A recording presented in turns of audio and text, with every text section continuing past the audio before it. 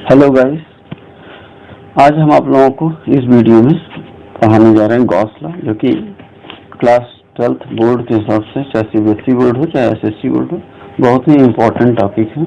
अब इसको ध्यान से समझिएगा।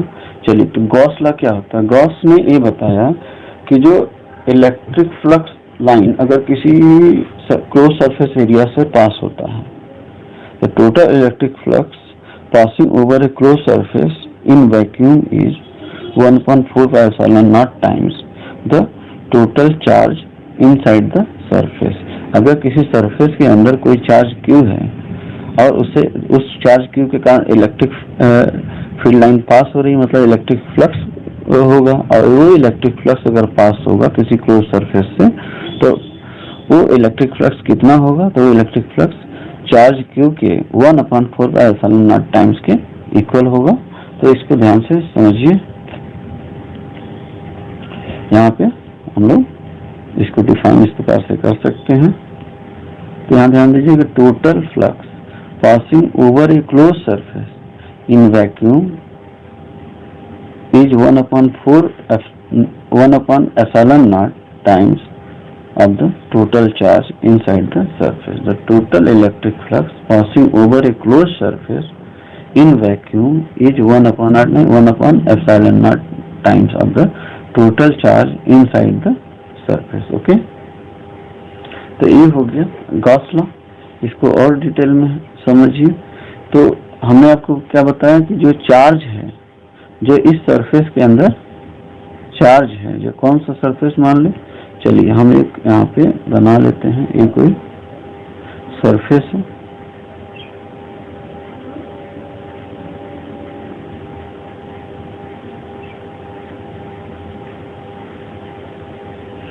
ये कोई स्फीयर है, और इस स्फीयर के अंदर एक चार्ज हमने ले लिया Q। इसे सेंटर पे मान लीजिए एक चार्ज है Q। तो इस चार्ज Q है, तो इससे जो नेट इलेक्ट्रिक फ्लक्स निकलेगा, अगर हम लोग इस पर जो है मान के चलिए कि कोई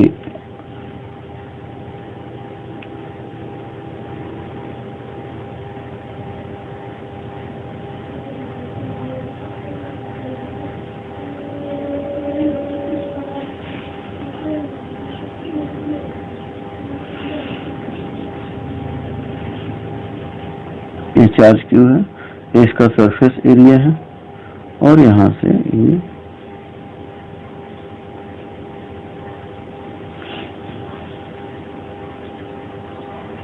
एरिया ds है। इलेक्ट्रिक फील्ड क्या होगा? इस सरफेस एरिया के परपेंडिकुलर आउटवर्ड डायरेक्शन में पास होगा। ये इलेक्ट्रिक फील्ड हो गया। और एरिया वेक्टर का भी डायरेक्शन क्या होगा? इसी डायरेक्शन में होगा। इसका मतलब जो है, हम ये कह सकते हैं कि जो टोटल फ्लक्स होगा फाई, जो किसी क्लोज सरफेस से जिसके अंदर अगर कोई चार्ज Q है, तो टोटल जो फ्लक्स फाई होगा वह Q इन, मतलब जो इसके अंदर चार्ज है उसके 1/epsilon naught टाइम्स होंगे। यहाँ तक समझ में आ गया? आप इसको ध्यान से समझ सकते हैं।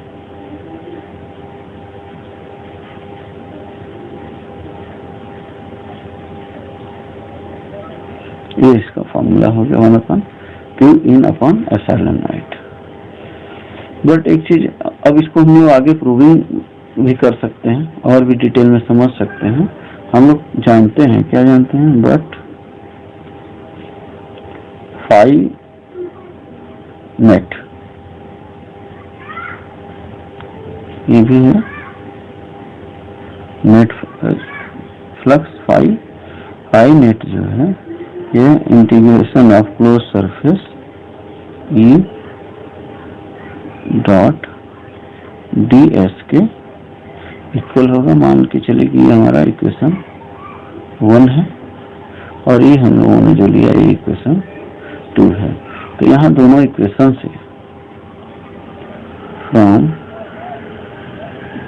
इक्वेशन 1 and 2 इन दोनों इक्वेशन से हम लोग लिख सकते हैं क्या, phi net is equal to close integration of close surface E dot ds is equal to Q in upon epsilon naught. यहाँ तक समझ में आ गया। तो इस प्रकार से हम लोग इसको यहाँ समझ सकते हैं। कोई डाउट है इतने में? चलिए, यहाँ पर एक चीज ध्यान दीजिए, एप्सिलॉन नॉट की जो वैल्यू होती है, एप्सिलॉन नॉट की जो वैल्यू होती है ये होता है 8.85 इंटू 10⁻⁻12 कूलम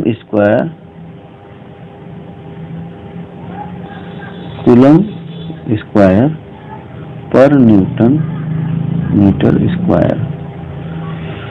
यहाँ तक समझ में आ गया। चलिए, इसके आगे हम लोग बढ़ते हैं और इस गॉस लॉ को हमने जो अभी समझा है, इस फार्मूले को जो अभी हम लोगों ने समझा है, इस फार्मूले को जो समझा, इसकी हेल्प से हम इस गॉस लॉ को कैसे प्रूव कर सकते हैं ये हम लोग देखेंगे आगे। चलिए ध्यान दीजिए, मान लेते हैं लेट द सरफेस एस, कोई सरफेस एस है, जैसे ये हमारा स्फीयर है और इस स्फीयर का मान लीजिए ये जो है कोई सरफेस एस मान लेते हैं, सरफेस एस टोटल है और इसका एक स्मॉल पार्टिकल डी एस मान लेते हैं। इलेक्ट्रिक फील्ड इस चार्ज क्यू के कारण बाहर की तरफ होंगे, इसका रेडियस आर होगा, ये डी एस होगा, एरिया वेक्टर के सरफेस के परपेंडिकुलर होगा।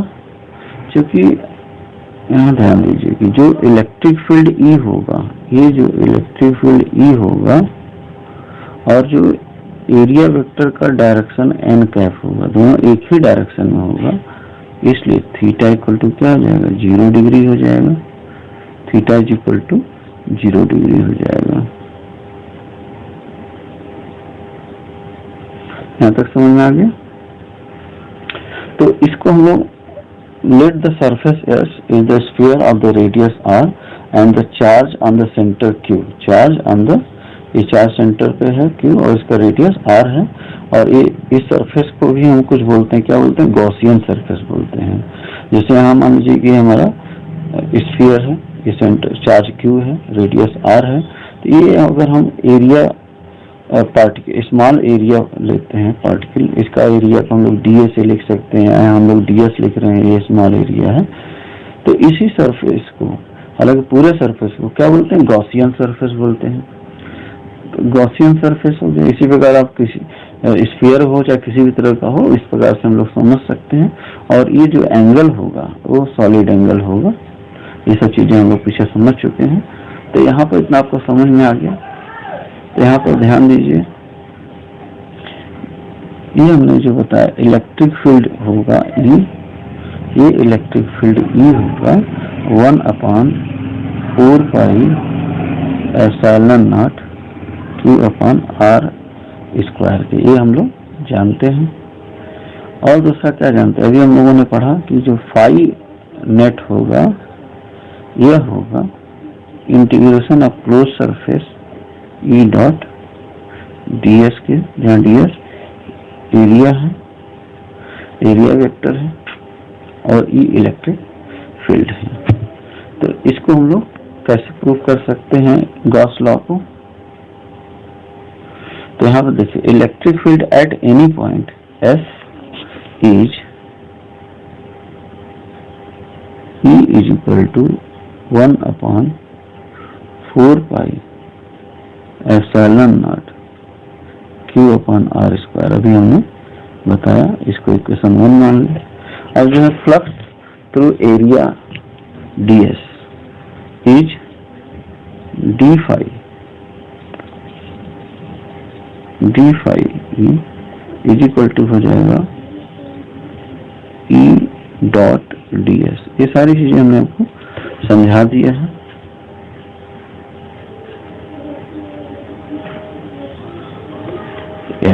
ds clear. ये मान लीजिए सेकेंड इक्वेशन है। अब total flux to the surface S, total flux to the surface S तो यहाँ पर देखिए d5 को क्या करना पड़ेगा, इंटीग्रेट करना पड़ेगा। तो इस d5 को जब हम लोग इंटीग्रेट करेंगे तो ये कह सकते हैं कि यहीं पे हम लोग बोथ साइड इंटीग्रेट कर देते हैं। Integration of close surface, integration of close surface d5 is equal to integration of close surface E dot ds। यहाँ तक समझ में आ गया। और ये हो जाएगा अगर हम लोग यहाँ पर E को बाहर ले लेंगे तो क्लोज सरफेस ds हो जाएगा। यहाँ वेक्टर नहीं लगा सकते हैं, लगा नहीं रहे हैं, क्योंकि अगर हम लोग ये मान के चलें कि जो एरिया वेक्टर है और जो इलेक्ट्रिक फील्ड का डायरेक्शन है एक ही तरफ है, तो थीटा की वैल्यू 0 है और cos 0 की वैल्यू 1 होती है, तो डॉट प्रोडक्ट हट जाएगा। क्लियर? तो यहाँ E close surface integration ds और क्लोज सरफेस इंटीग्रेशन ds की जो वैल्यू होती है, जानते ही हैं कितना होता है किसी भी स्फीयर का टोटल जो एरिया होता है 4πr² होता है। तो टोटल एरिया हो जाएगा 4πr²।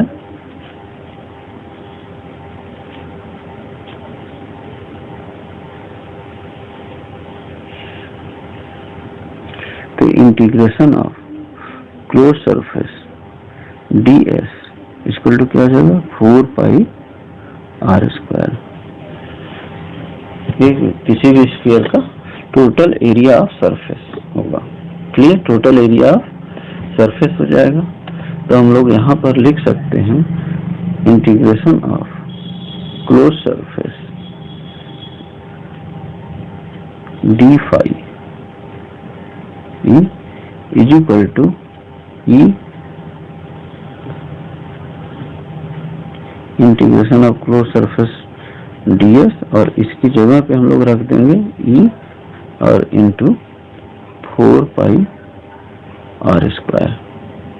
और अब जो है E के जगह पे हम लोग क्या रख सकते हैं, इस E की जगह पे हम लोग रख सकते हैं 1/4πε0।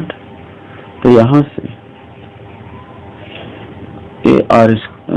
ये जो है 4π, ये 4π कट जाएगा। ठीक है, ये सॉरी यहाँ पर Q अप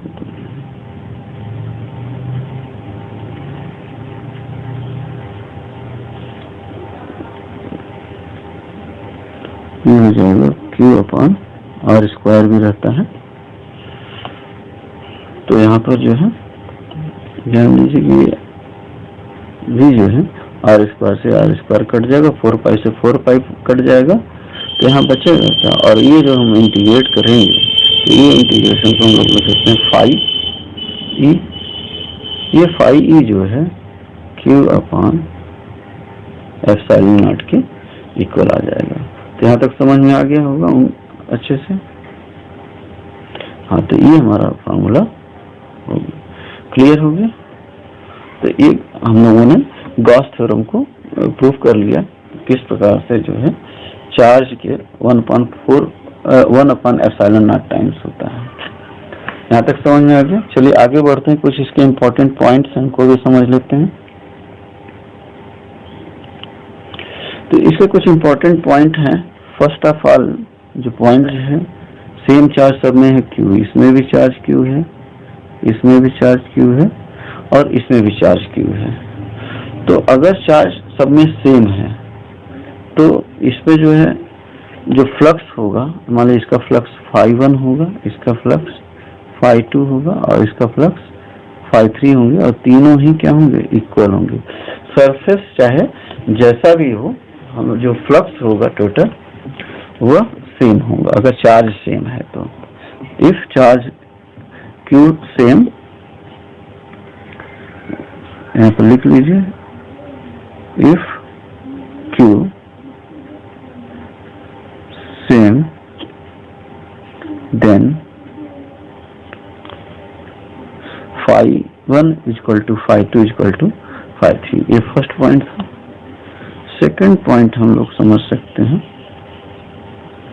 ध्यान से समझिए कि अगर मान लीजिए कि कोई चार्ज है, कोई शेप है इस प्रकार से, और यहाँ पर अलग अलग चार्जेज हैं। मतलब एक चार्ज हमारा Q1 है, एक चार्ज यहाँ पर Q2 है, और एक यहाँ -Q3 है, -Q3 है। तीन अलग अलग चार्जेज हैं। और कोई चार्ज मान लीजिए कि बाहर भी है, यहाँ -Q4 है, यहाँ Q3 है। तो पहली बात तो बाहर के चार्ज से कोई मतलब नहीं है, सिर्फ अंदर के चार्ज को कंसीडर करेंगे।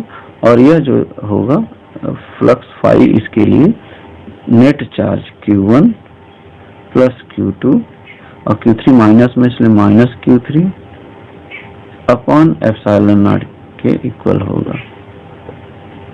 समझ में आ गया? तो ये तो हो गया हमारा इसकी बात। एक और इम्पोर्टेंट पॉइंट है जो कि बहुत ही ध्यान से समझना है। चार्ज अंदर में चार्ज क्या है? Q है। मान लीजिए अंदर में चार्ज यहाँ पे Q है और इसके बाहर इलेक्ट्रिक फ्लक्स इस प्रकार से निकल रहे हैं, तो सभी सरफेस पे जो टोटल फाई होगा, फाई नेट, वो कितना होगा? ये तो होगा Q अपॉन एप्सिलॉन नॉट होगा। मगर जब हम इसी की बात करें कि सिर्फ किसी एक सरफेस पे, किसी एक सरफेस पे, जैसे मान लीजिए हम सिर्फ इस एक सरफेस की बात करें, तो किसी एक सरफेस पे कितना इलेक्ट्रिक फ्लक्स होगा, तो इसको अगर हमको निकालना होगा तो इसको हम लोग मान के चलें कि φ1 इक्वल टू हो जाएगा phi net divide by n, या इसी को हम लोग लिख सकते हैं φ1 is equal to 1 upon n into Q upon epsilon naught. यहाँ तक समझ में आ गया? यहाँ पर ध्यान दीजिए कि n क्या है, वेयर n क्या है? Number of surface, where n is the number of surface, where n is number of surface. कितने सरफेस हैं? तो ये टोटल कंप्लीटली आपको फ्लक्स समझ में आ गया, आपको इतना अच्छे से समझ में आ गया। इसके आगे अब हम लोग अगले वीडियो में आपको समझाएंगे गॉस लॉ के एप्लीकेशंस क्या क्या हैं। तो आप यहाँ तक पहले समझ के रखिए अच्छे से, आपको उम्मीद है बहुत अच्छे से समझ में आया होगा। और अगर बहुत अच्छे से समझ में आया होगा तो वीडियो को प्लीज़ लाइक और सब्सक्राइब कीजिए और अपने फ्रेंड्स को जरूर शेयर कीजिए।